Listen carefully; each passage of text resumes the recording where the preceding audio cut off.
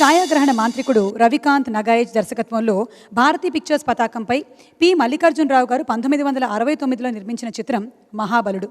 ఈ చిత్రంలో super star Krishna గారి మహాబలం ప్రేక్షకుల్ని మంత్రముగ్ధుల్ని చేస్తే ఎస్పి కోదండపాణి గారి స్వరబలం సంగీత ప్రియుల్ని మైకంలో నెట్టేశాయి. నిజమండి, ముఖ్యంగా కృష్ణ గారు వాణిశ్రీ గారుల మీద చిత్రీకరించిన ఈ మైకం పాట ఆ రోజుల్లోనే కాదు, ఈనాటికి కూడా వింటే ఒక రకమైన మైకాన్ని మత్తుని కలిగిస్తుంది.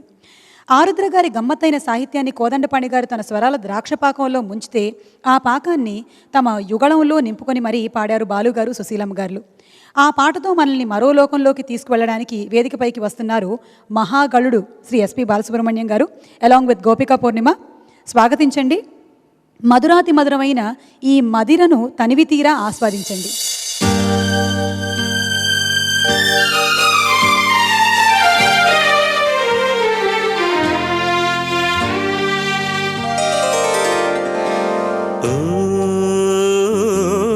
విశాల గగనంలో చందమామ, ప్రశాంత సమయంలో కలువలేమా, కోడిలోన వాలితే ఒకసారి కరిగితే నేరమా,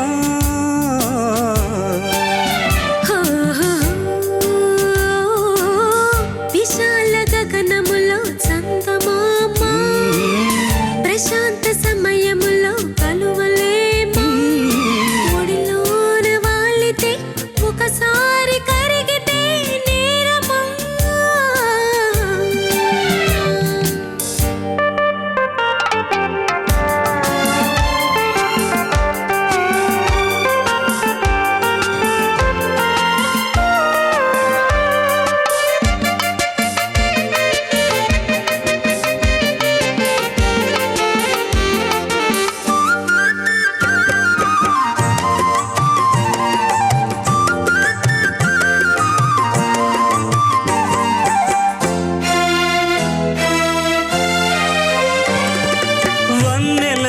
చిన్నెలలో తేనెలున్నవి, నా కన్నులనే గిన్నెలతో తాగమన్నవి.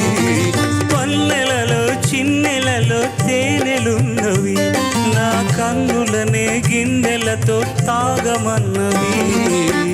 ఒలికే మధువు కొసరే వధువు రెండో నీవే. విశాల గగనములో చందమామ, ప్రశాంత సమయములో కలువలేమా, కోడిలోన వాలితే ఒకసారి కరిగితే నేరమా.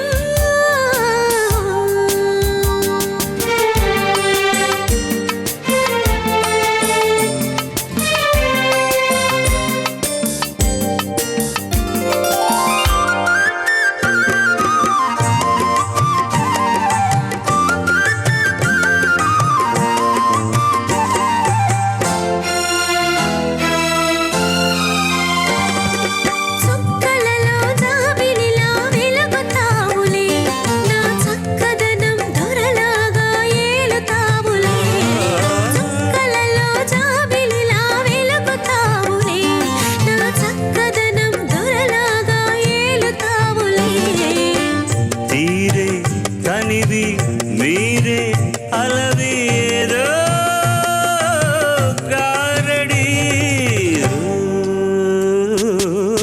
విశాల గగనంలో చందమామ, ప్రశాంత సమయంలో కలువలేమా, ఓడిలోన వాలితే ఒకసారి కరిగితే నేరమా.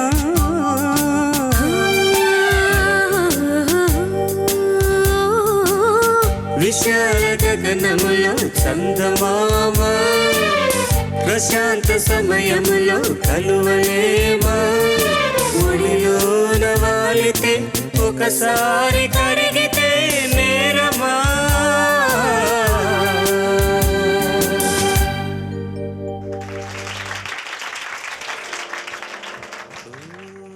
మత్తు, చిత్తు, గమ్మత్తు చేశారు ఈ పాటతో. మేము అలా ఊగుతూ ఉన్నాం ఈ పాట వస్తున్నంతసేపు.